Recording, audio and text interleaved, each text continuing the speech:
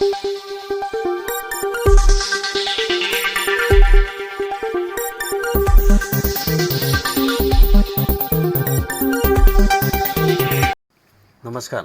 Asian news चॅनलमध्ये आपले स्वागत आहे.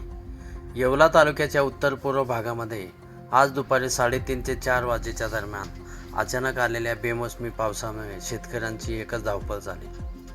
अचानक आलेल्या ह्या बेमोसमी पावसामुळे शेतकऱ्यांचे मोठ्या प्रमाणावर नुकसान झाले आहे. दरम्यान काढणीला आलेला गहू, कांदा तसेच डोंगरे आदी पिकांचे या पावसामुळे मोठ्या प्रमाणावर नुकसान झाले आहे. येवला तालुक्यातील अनकाई डोंगराच्या पूर्व भागामध्ये असलेल्या नगरसूर, नायगावान, कुसमाडी, जायदरे, लहित, राजापूर तसेच परिसरातील 7 ते 8 गावांमध्ये या पावसाने अचानक हजेरी लावली. यामुळे शेतमालाचे मोठ्या प्रमाणावर नुकसान झाले आहे.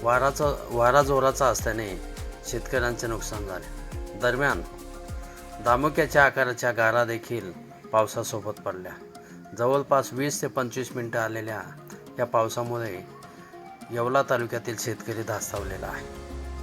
येवला तालुक्याच्या अनकाई डोंगराच्या पूर्व भागामध्ये झालेल्या या पावसामुळे शेतमालाचे मोठ्या प्रमाणावर नुकसान झाले आहे. एशियन न्यूजसाठी प्रतिनिधी प्रमोद पाटील, येवला. धन्यवाद.